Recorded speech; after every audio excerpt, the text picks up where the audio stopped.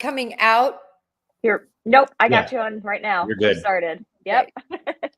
All right, and here we are. Hello, everyone, and welcome back to Forensic Intent. Hello. So today we're excited to be back. Sorry for the brief hiatus. We had some scheduling issues, but we're excited to be back. Dr. Rachel's here, and we have our special guest, Jen Coffindaffer from the FBI. Those of you who've seen our show before probably are aware that Jen was on once before with us.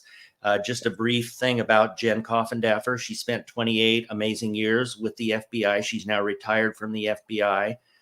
She does consulting work. She's a contributor on News Nation regularly and occasionally Court TV, I believe, too. Jen, is that right? Right. So on Court TV, I'm what they call an analyst or a guest, but on News Nation, I'm actually a contributor. So Okay. I have a contract with them just to distinguish. Very good. Okay. So we're going to talk about the disappearance of Sebastian Rogers today, you guys. It's been 101 Rogers. days. What's that? Rogers. You said What did I Roberts. say? I did? Sorry, Sebastian It Rogers. happens all the time. You think one thing and then it comes. I know, right? But we knew what you. Thank you. Sebastian Rogers. He's the missing 15-year-old teen from Hendersonville, Tennessee. Went missing 101 days ago. There's been a lot of speculation all over the board on what's happened to him. And, his dad has been the main person who's been involved in keeping his case alive. Mom and stepdad, Chris Proudfoot, Katie Proudfoot, have not really been all that active. So we kind of want to talk about that. And I think, Jen, one of the things that I wanted to start with, and I know Rachel will have some questions as well, is Seth Rogers, Sebastian's biological dad, has been begging the FBI to take over this case. Currently, it's being handled by the Sheriff's Department and by the TBI. So your former FBI, we kind of wanted your take on why you think that hasn't happened yet. Why has the FBI not taken this case? Well, the FBI hasn't taken it, and the FBI won't take it. Basically, you have to have a federal violation and you have to be invited by the jurisdiction with venue. And I don't see the sheriff's office or TBI asking for any intercession other than help. I believe and I know for a fact that the FBI has been assisting in what we call it's a title of a case where we can help local law enforcement. So it's opened as that kind of a matter, but it's not. And when I say matter, that's what FBI agents call cases. We call them matters a lot. Okay. And they are not going to take the lead, though. It won't happen. Just like with Summer Wells or any other of these missing cases. The only reason, as an example, Gabby Petito, the FBI took the lead was because her disappearance and ultimately her murder occurred in a state park. National park. And for that reason, the FBI had absolute and clear venue. Okay. It is possible sometimes if a victim is taken across state lines that the Bureau will get a little bit more involved, but that's when we file what you call a UFAP, an unlawful flight to avoid prosecution. And so we'll open up a case specifically to help find that individual. But the bottom line is the venue lies in the jurisdiction where that crime would have occurred. And if he was taken, or in this case, going missing is not a crime. Mm-hmm. Right. Okay. Yeah, that's very true. Yeah. So one thing that I've been kind of vocal on, Jen, is expanding the search area. And I just kind of wanted your take on that because, I feel like it's been 101 days. They have not found him. There's been no sign of him being in that area. What is your take at this point, and how difficult do you think it would be to expand that search area, possibly to other states or whatever the case may be? I mean, I do think it's possible to do that. I always like to look back at the case of Connor Jack Oswalt, who disappeared, also walked away from his home and was found, I believe, about 2.5 years later. It happens. People walk out, they leave. particularly some people on the spectrum, for a reason that may not seem logical, a reason that may not make a lot of sense. I know, not having his shoes on in the middle of the Mhm. night, but it happens. And it actually just happened last week with another individual. I actually posted on Twitter about it. They were able to find him, though, a very, fairly easily, because they did set up the perimeter, as you said, Mhm. very widespread, and they were able to find him safe. But remember the lag time between when Sebastian Rogers, now I said Roberts, That was my fault. no, left is quite unknown. I mean, Mhm. we have a Mhm. time where a thud was heard. I think that all accounts is that somewhere around 10:30 or 11 by Yes. Katie Proudfoot's estimate. So can you imagine clear up till 6 o'clock, how many hours that was? So it makes a lot of sense to your point that a person could get a long way Yes. in 8 hours, depending, of course, if they had help. In other words, if somebody Right. picked him up and he left with someone. Yeah, I agree. Did you go ahead, Rachel? Sorry. No, Did you? I was just gonna say, so it's been 101 days, and Mhm. I don't, from what I've kind of avoided it too, but it seems like some of the drama has sort of settled down a little bit. Mhm. We aren't hearing as much from the parents. You know, maybe they are going on channels, but I haven't been like really keeping up with that anymore, because it just got so jumbled and Yeah. nonsense. It was just nonsense. But um, where do you think the case is now? I mean, at what point? They're saying there's no more tips that are coming in. At what point does it go cold? What do you think is going on? What's the state of the case right now, do you think? I think we have a fairly long way before the case is cold. What I consider a cold case is when literally it's shelved. There's somebody still assigned to it, but they're not working it actively at all. They're working other cases. And only if something very specific comes in will they dust off that case, get it out, and maybe run down a lead.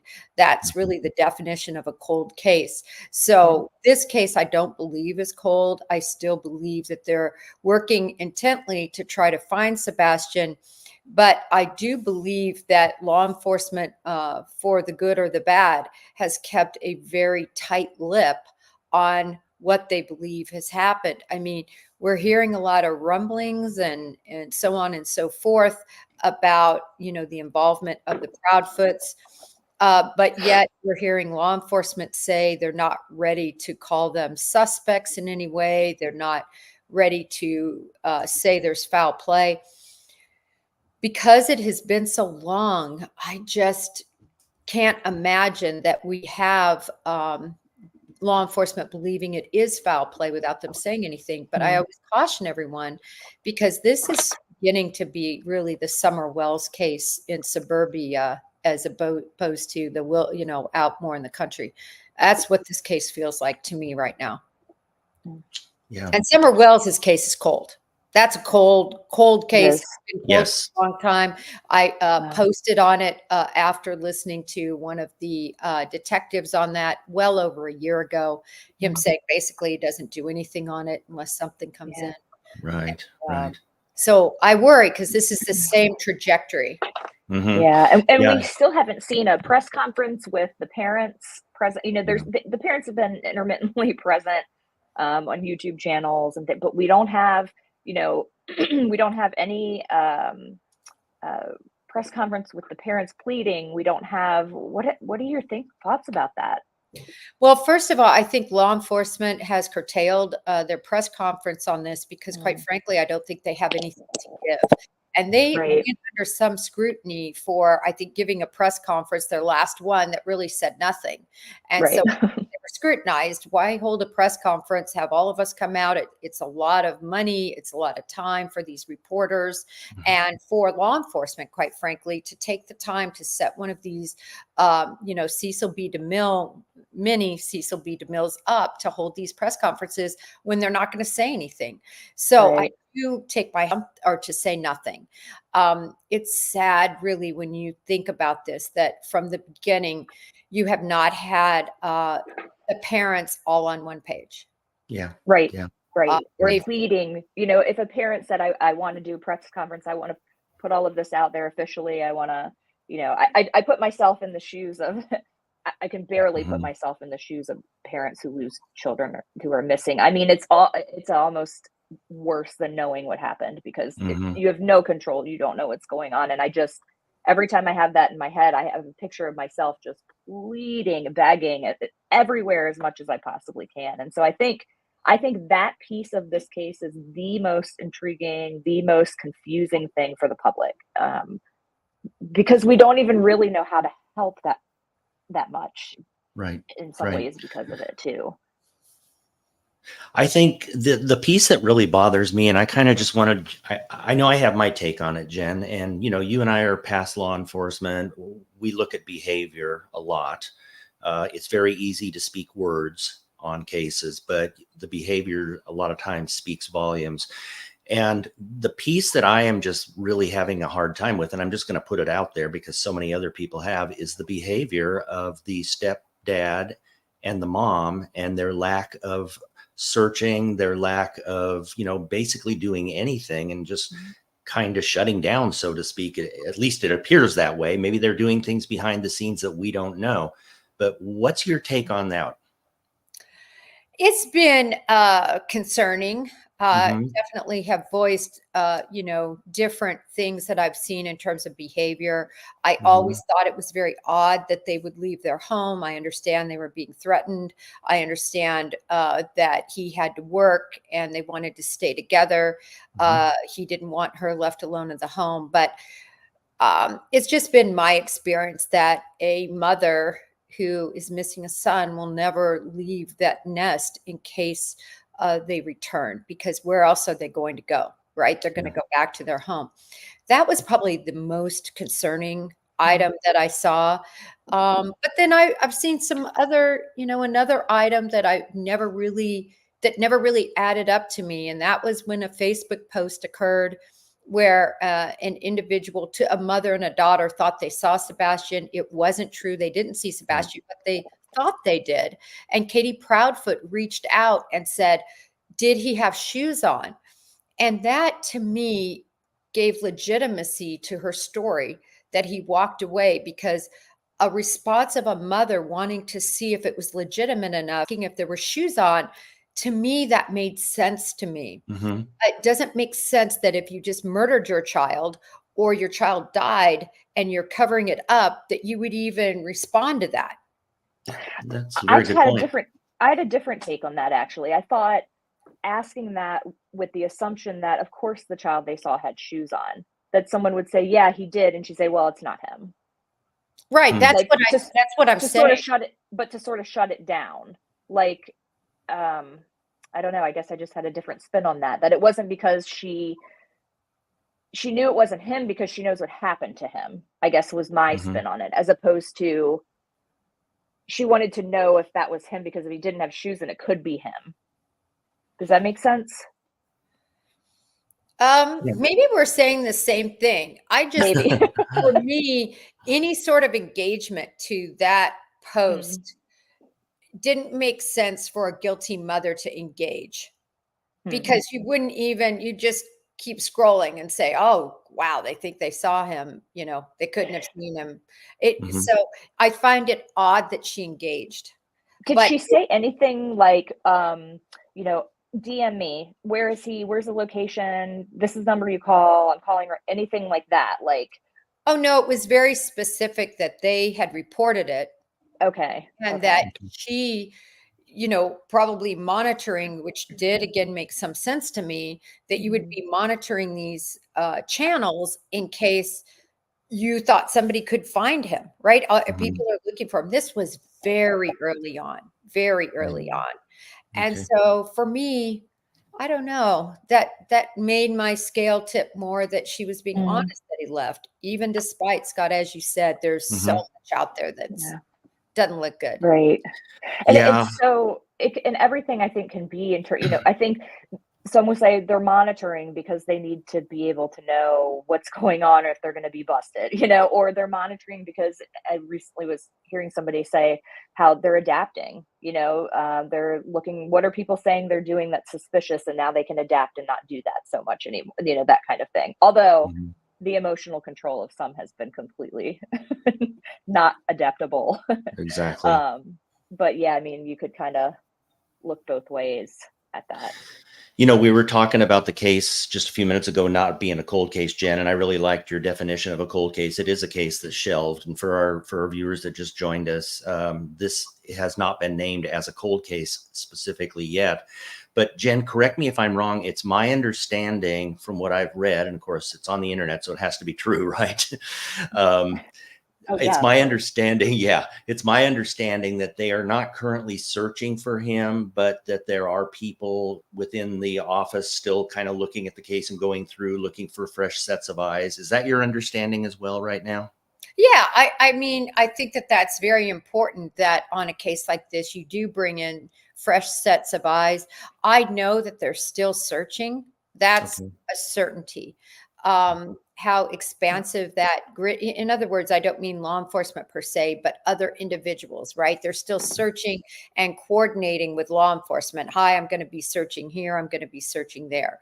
So I'm glad to see that that's still going on. I mean, the biggest thing that people can do, no one is helpless. Spreading flyers, using your social media to spread the story, all of that is so helpful. I'm telling you, Connor Jack Oswald, and I hate to keep bringing him up, but I bring him up because of the parallel.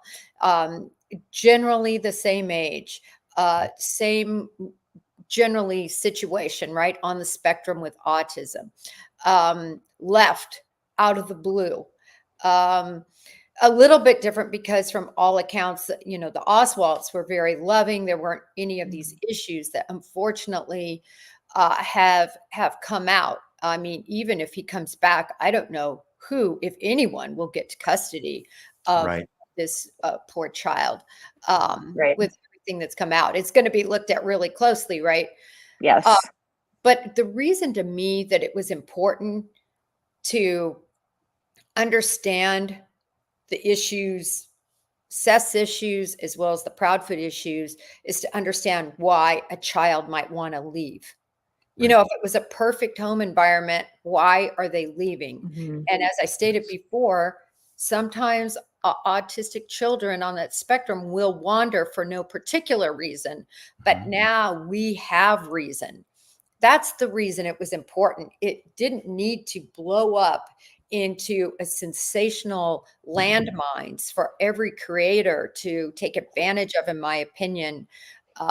It was sad to see that for me personally. I just tried to shut it out and concentrate on Sebastian. Yeah. I think with all that all that's been uncovered with the Child Protective Services, reports on all the parents at this point, it makes me wonder, so is that something, do you think, for both of you, that law enforcement, they already knew before the web sleuthers kind of uncovered? Is that something that they would immediately have gone to the first time they heard about it, kind of running everyone's record, so to speak, checking in with CPS, that sort of thing? Absolutely. Yep. You're going to, number one, look at the people who saw him last. So you're going to look at everything you can get your hands on regarding certainly the Proudfoots, and then from there, Seth, his biological father. So that's normal protocol and absolutely normal investigation. So we weren't the first ones to find that out. Law enforcement knew this stuff, and it just came. I mean, yeah. So they had already. This was ground level, sort of first step stuff that they did. It's ground level. Yeah. Okay. Yeah. Okay. And probably the parents already questioned about those things too, with everything they uncovered. The parent, that was part of the questioning process then?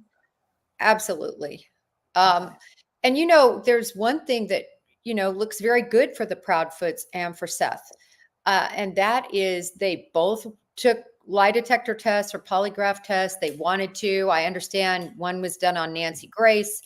And the only reason I roll my eyes at that is because that should have been, a law enforcement. I just think I just hate an investigation playing out like a soap opera on a Yeah. channel.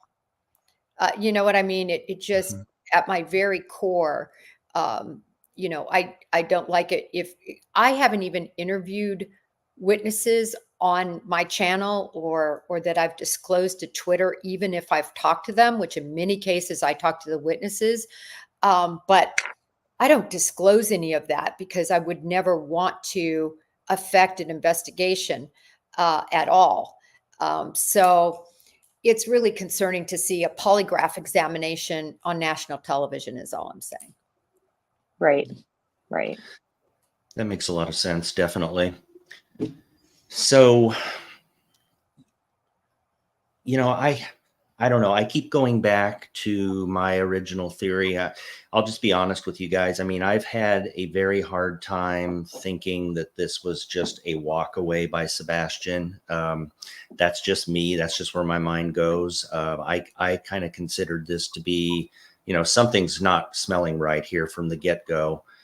Um, I don't know. I don't know where this is going to go from here, you guys. I mean, like I said, it's 101 days. They're saying that there's still no signs whatsoever of Sebastian, no evidence of foul play, but they're not ruling foul play out. So I don't know. I guess I'm just kind of thinking out loud. Right. Well, I'd like to compare it a lot to the Summer Wells case Mm-hmm. because in that case, you had two parents go all over YouTube as well, blow up every creator was using and abusing them, and they had absolutely nothing that was consistent about their statements. I did a whole lineup of what they had said, and it was garbage from Yeah. the get-go, as was Grandis, the grandma, Candace. Um, it and I never understood why there weren't charges brought, yet they took out the boys, all the siblings, right? What kind of, if you have the probable cause to remove somebody's children from them, do you Right. not have the probable cause to file negligence or child abuse? And Absolutely. what happened with all of those interviews? I always thought from the get-go that once they were out of the home and could be properly interviewed by people that specialize in interviewing children of trauma regarding a possible traumatic incident, that we would hear more. Yet we hear crickets. And then, in that case, as an example, found out that the sheriff in that county, his son was arrested for sexually molesting kids, and I think he got 1 year, and the Mhm. crimes were egregious. So then you look at public corruption issues. Are they even looking hard? Is there something else being covered up with Summer Wells? What are those connections between that sheriff and the people? The Wellses, the whole thing stinks. That case stinks to high heaven.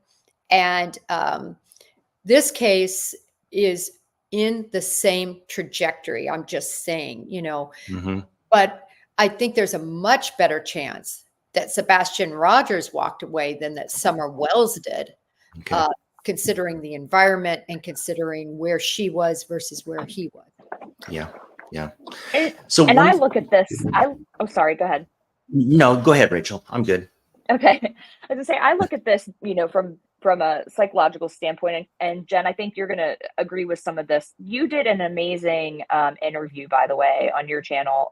You guys go check it out on Break the Case with Seth. And so I look at this through the lens of attachment. And I think about other cases too, and how parents behaved, and sort of, you have a healthy attachment with your children. And I could talk for literally 12 hours about this, but I won't. But if you have a healthy attachment with your child, there is a certain expectation of how you are going to behave in a situation like that. And so I'm not suggesting that something was done to him, and I'm not suggesting he ran away. But what I'm saying is, it can make a little bit more sense to us to look at their reactions. And also, we know about all of the CPS related, the Sure. CPS related issues. You know, when a parent's attached to a child, that child is a part of you. It is it's almost primal, you know, and Mhm. so Yeah. to have your child who you're in charge of protecting, nurturing, and providing that attachment and bonding with, that is going to severely, your reaction is going to be severe. And we see that, you know, with parents who are not involved with their children going missing. We see that. We see the pleas. Um, we see attachment to the situation. And so when I'm looking at this situation and I'm seeing a mother who seems very detached, and Mhm. I know people will argue, well, she's numb, she doesn't know, you know, everyone reacts differently. People can react differently, yes. Um, but I am very convinced that that relationship was extremely strained and unhealthy, and that there were likely attachment issues with him and his parents in general. Mhm. You know, and I think I refer them to watch your interview with Seth, because I think you kind of point out some of those things, some of those moments in his life where, you know, his parents would attach to him, where that bonding would take place. And I think there were some gaps in perhaps where that bonding would have taken place, even with, and the way that Seth described some of that um, early parent-child relationship between Katie and Sebastian. I don't know if you have other thoughts about that, but Yeah, no, I definitely agree that um, Seth took us from really marriage to pregnancy, through birth, through upbringing of Sebastian, because it's so important to understand exactly what you're talking about, that attachment, what might be going on, maybe try to draw out, um, a mother's concern and love, perhaps if she saw right. that, um, any feelings of guilt, remorse, concern. Mhm. Um, so certainly, I think we got to see that. I think when it comes to Seth, I don't think he has any involvement in Right. Sebastian's Mhm. disappearance. I want to make that clear. Right. But unfortunately, because of his tours all over social media that have not been healthy, Right.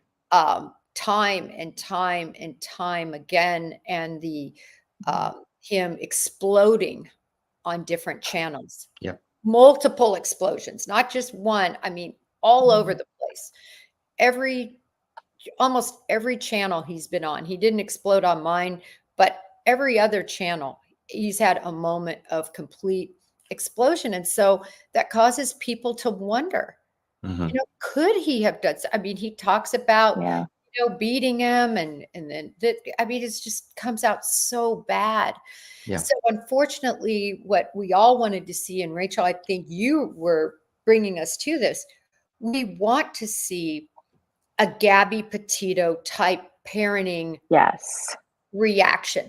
We want to see that heartfelt pleading to the country, help us Yes. find our child. Please help us find our child. And to Right. me, it was absolutely so moving that that is why it was productive, right? The Bethunes came forward. Right. Bethunes knew about it. So it was super productive. Um, so in any event, we're not seeing that. Right. Never No. saw Right. them come together, meaning Seth and the Proudfoots, for one goal and purpose, and that goal and purpose to find their child. We never saw that. Right. Because Yeah. when you Even. have the parents that do that, it keeps the focus on the child. You know, All I need to when you, take one hiatus. I am so sorry. It's gonna take about 1 minute. May I do that? sure, I'll be right back. I am so Sure. you're sorry. fine. Sure. Yeah, No you're worries. fine. Yeah. Yeah. So what You were know, you going to Rachel. say? Well, what I was going to say, Rachel, is that that's one of the things that's really bothered me about the parenting piece with all of them is, and if you remember, Chris Proudfoot contacted Seth and said, hey, or maybe it was the opposite way, but hey, it's time for us all to sit down, put things aside and get rolling on this. Then there was the what's the word I'm looking, the get together for Oh, the Sebastian. vigil. Thank you, the vigil. I lost Yeah. my word there. Yeah. There was the vigil that, the Proudfoots showed up at. Chris Right. went and talked to Seth for just a couple of seconds and then split. Bottom line is that's never come together since then. Jen, Mm-mm. we're just talking about how, remember the time where the Proudfoot said, we're going to work with you, Seth, and we're Oh, I all going to remember. get together. And then it just never happened. So think about this though, that what they're showing us now is not new behavior, right? Like that's, people are pretty consistent in their behavior across settings. That's personality. So we're getting a glimpse of how these people function in conflict and Absolutely. in stress. And so we can assume Sebastian experienced some of this, what we're seeing in our frustration, right? Mm-hmm. Mm-hmm. Well, and Yeah. I'll take it one step further, is what we're seeing is the hatred and disdain and anger way outweigh their love for their son. I'm just Absolutely. putting it out there. Yep. They look again. I hate to mention the Petitos, but I do, because most people in this audience who have followed missing and these types of cases know about that case. And you saw the Petitos and the Schmidts come together in a cohesive, beautiful relationship that still exists today, because Gabby Petito was way more important than any marital. Now, I will say, that was a relationship that was very healthy before she went Mhm. missing. But we Mhm. all know that trauma and these sorts of, you know, sad situations bring out the worst in people. Right. Marriages dissolve because of children dying, because of children going missing, because of the stress, and the tension, and the anger, and the resentment. Right. Mhm. So Yeah. that's what I'll say about that. They all hate each other more than they love their son. I agree. And, Mhm. I'm going back to the behavior that we talked about earlier, Jen. It's easy to speak words. It's the behavior speaks volumes. And when the Proudfoots pulled that and said, okay, yeah, we're going to get together with you and we're going to work this out and we're going to work together and find him. And then that didn't happen. That spoke volumes to me again. And again, I'm going to put it out there too. That's one of the reasons that I, in my gut, believe that the Proudfoots, I'm not going to say that they killed him. I'm not going to say anything like that, but I'm going to say they know more than they are definitely putting on, because the behavior is just so weird. Yeah. Yeah. Anyway, that's I talk about that, in a case like this was one of the last cases I ever had. I don't want to rehash it because I've talked about it many times, but what I learned is a lot of times people act guilty because they're covering up other crimes. And I truly believe we discovered why, once it came out in social media, one of the big reasons that I think you're seeing some guilty reactions from the parents, right? Because yeah. they know all the nasty child protective service type violations that people are looking at and that existed. I'm just shocked, honestly, and this to me is not the sign of somebody guilty necessarily, is just their whole approach to this. I mean, it is weird and disturbing. All of them, they're Yes. not helping their cause. They're really not Right. helping their cause. Right. It's become a sideshow as opposed to, like you said, Rachel, that pleading, that tearful, we want our son back. You don't get that, other than I agree that Seth does that, but then it breaks into these moments of anger and it ruins the whole thing. Yeah, it does. It does. Lori Latimer just brought up a really good comment. And sorry, guys, we don't have moderators yet, so we're doing the best we can to keep up with your comments. But Lori says, basically, I still have questions about Chris's parents' possible involvement or helping or whatever. And I agree with that, Lori, because I found it very, very odd that just literally like 2 or 3 days after Sebastian disappeared, They take this long road trip, supposedly driving from Tennessee to Canada and so on and so forth, while their grandson's missing. And going down that road a little further, Jen, that's one of the reasons that I was asking you about earlier when we first started about expanding the search, because let's say theoretically that they might be involved. I don't know that they are, and I'm not putting that out there, you guys. I'm just saying, what if? But that's a lot of ground. If they decided to move Sebastian from one location to another, that's a lot of ground to cover.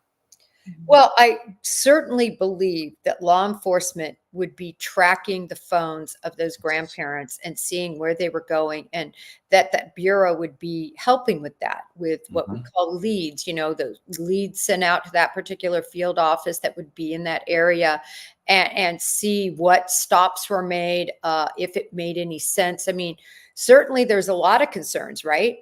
Right. I mean, everything from, just theoretically, right? Taking a live Sebastian someplace and taking a not live Sebastian someplace. So it certainly is very concerning. It definitely is. Crime Conduit, thank you so much for being here. We appreciate it. So what else, guys? What other roads do we need to hit? I mean, there's so much on this case, and it seems like it's been, a year already, and it's only been since the 26th of February. Right. But when you say that they're still searching, I mean, and you said not necessarily like law enforcement, but that people searching connected with law enforcement. Are you talking like boots on the ground searching land? Like what? Yeah. I'm okay. Boots on the ground. Right. You know what? I don't know where we are at ending. I am so sorry, but News Nation is calling me, and so Okay. Oh shoot. that's that I have to jump when they call. So go. No, that's fine. Okay, go. Thank Jen, you so much, Jen. thank you for being here. We'll stay on for a little bit, and thanks for coming on. Leave it to you all, and thank you you so much for having me. And No worries. let's hope that Sebastian's found soon. Absolutely. Thanks, Jen. Thank you. Thanks. I know when News Nation calls, she's contracted with them. For those of you that don't know that in our audience here, Jennifer Coffindaffer is contracted with News Nation. So she told me one time she literally gets calls sometimes 5 minutes before they want her to go on the air, and she just has to go on it. Yeah. So I totally get it. I appreciate her being here. And one thing I do want to say before we talk a little bit more, and Rachel, I know you're on a time limit tonight too, I believe. Is that correct?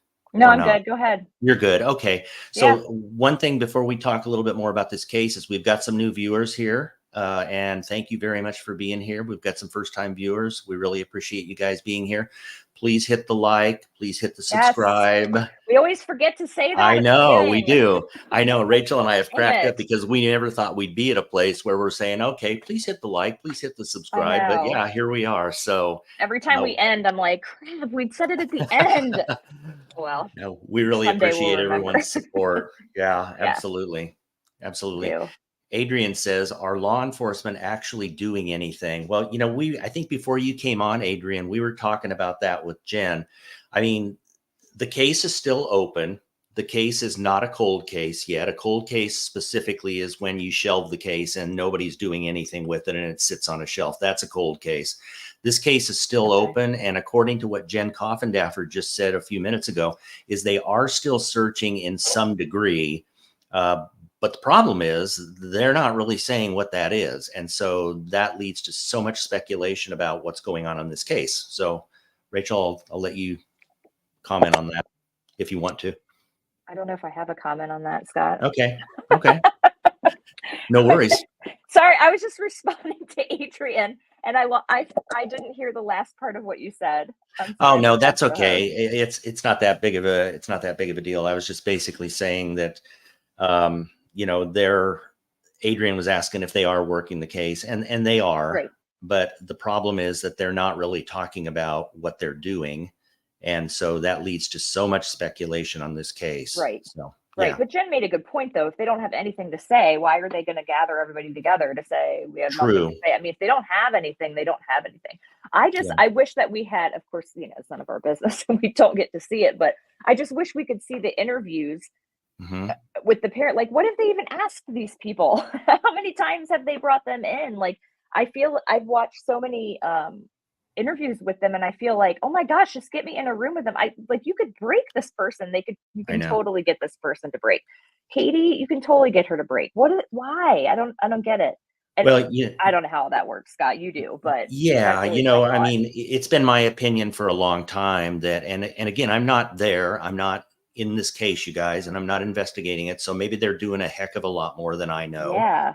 But from what I've seen, I have thought for a very long time that it is time for law enforcement to turn the heat up on the step parents and the other family members, like 1,000%. Yeah, It's I mean, just they know time. more than the law enforcement. They know how to do this more than we do. We're out here like, you gotta do this.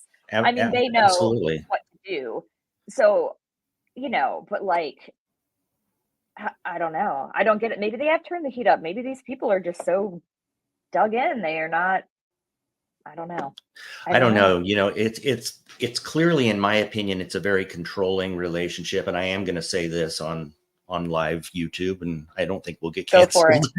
But it's my opinion that, obviously Chris Proudfoot has exhibited some very controlling behavior, in my opinion. And that makes me wonder if that is one reason. And this is just Scott's theory. I'm not saying this is fact. This is my theory. I'm wondering if that's one reason why Katie has been less than forthcoming to speak up or do anything to assist in this case.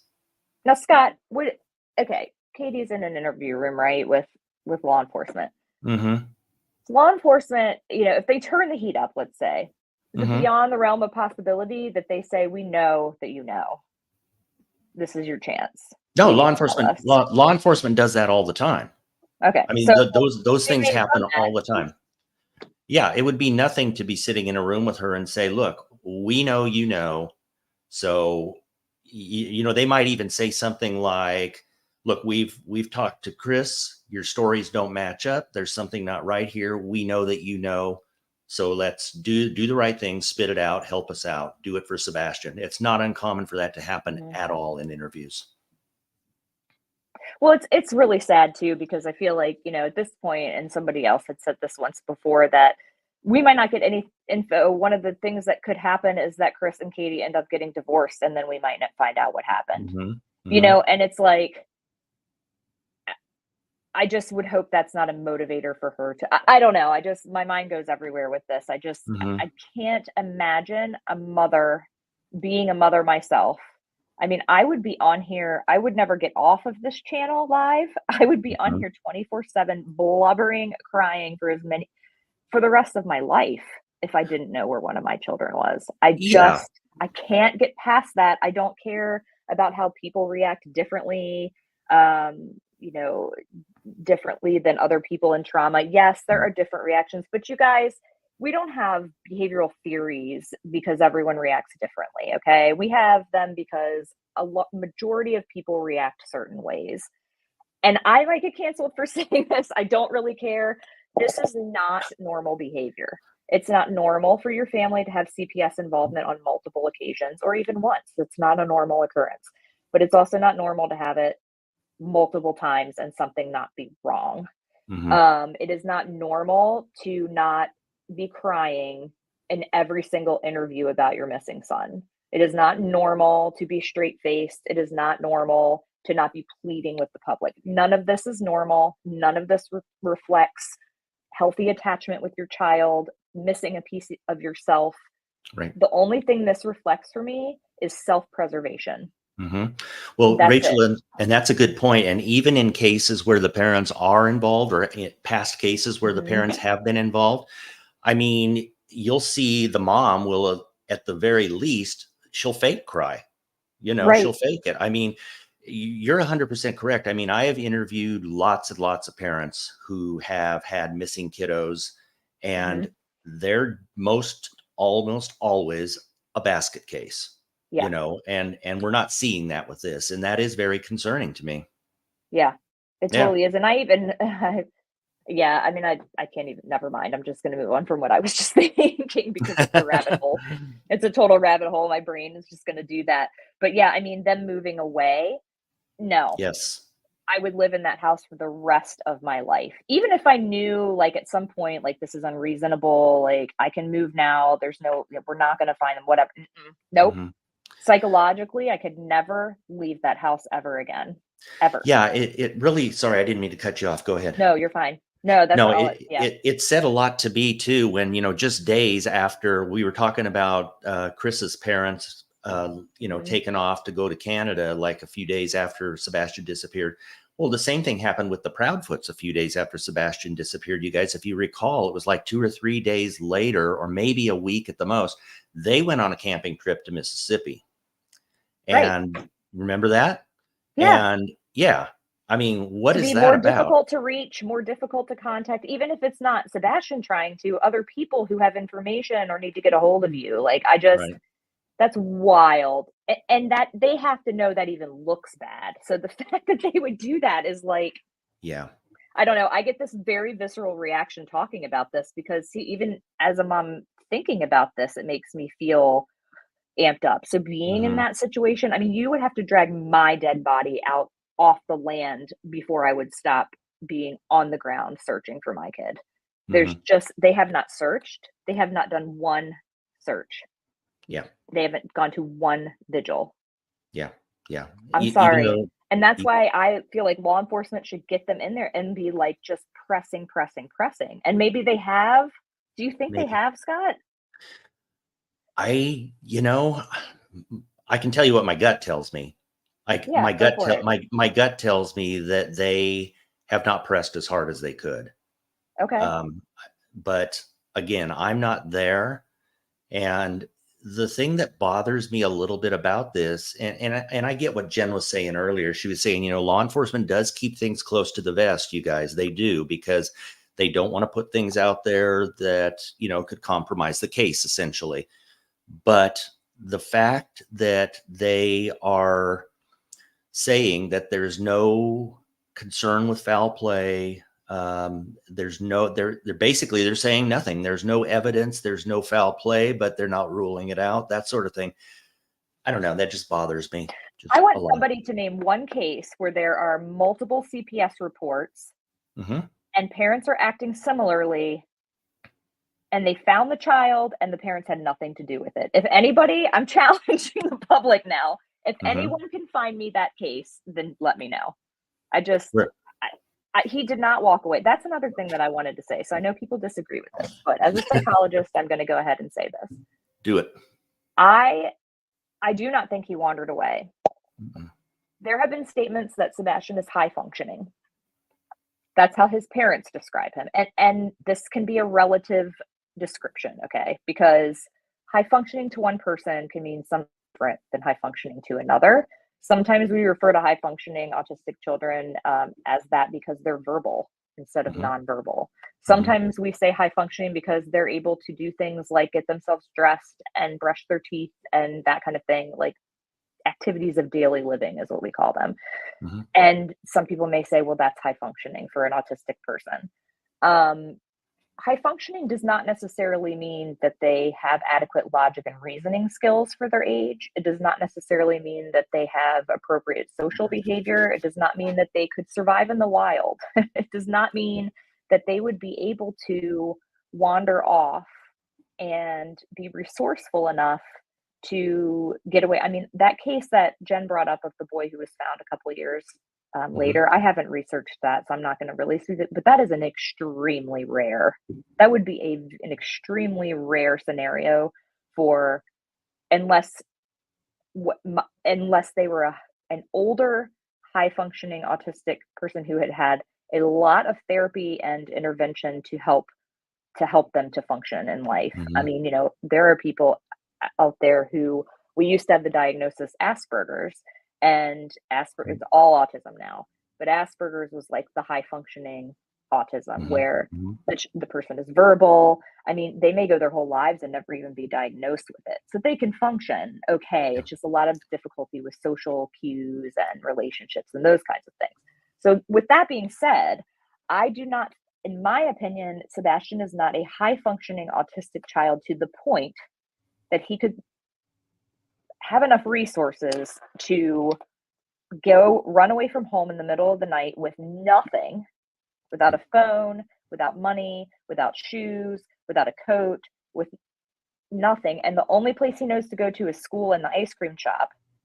Right. That, to the point no one would have eventually seen him, that he would have been able to take a bus or something. I mean, no, there's no way. There is no way. This child did not, I'm just going to say it, in my opinion, so think it's fact, but in my opinion, this child did not run away from home.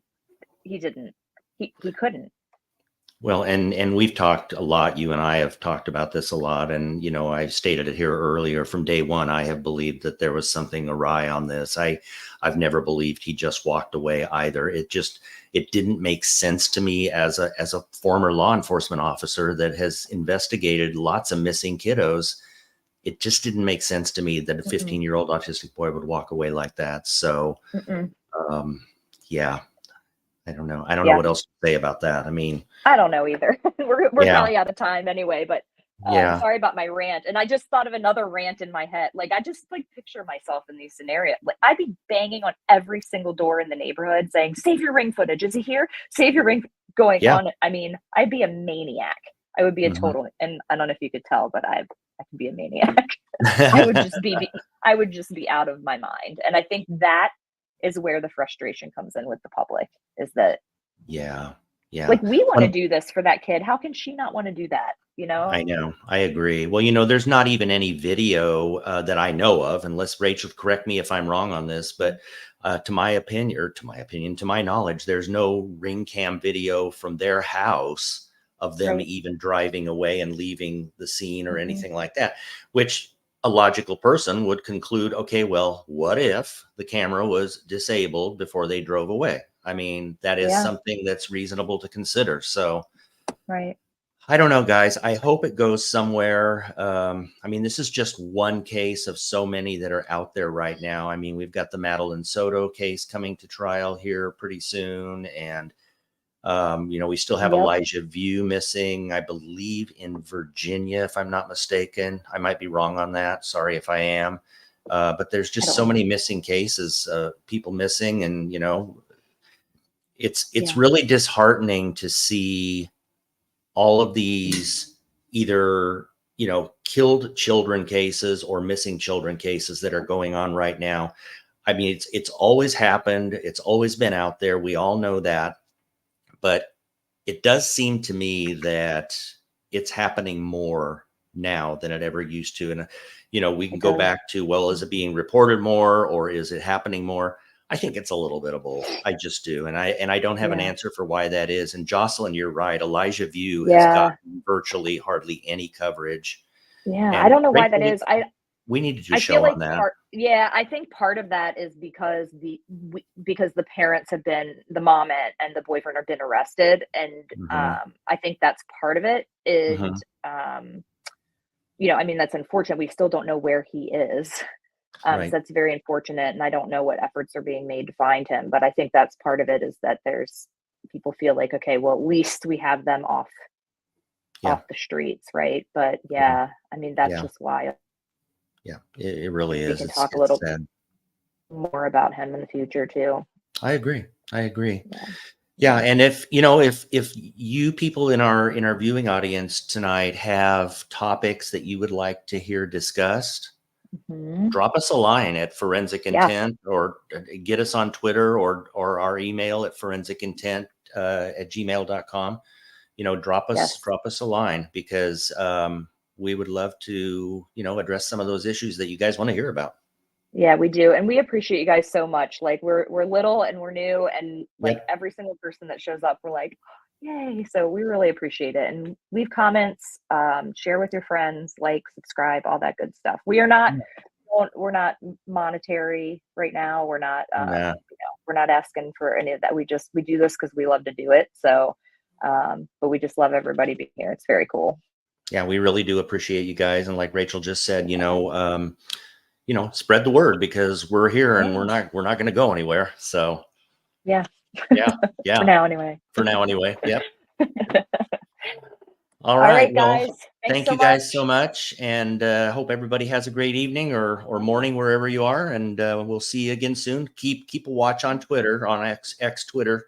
because we post regularly on when our next show is going to be, and we'll be putting it out there before too long. So love to hear from you. All right, guys. Talk to you soon. Bye. Thanks, guys. Thanks, Crime Conduit.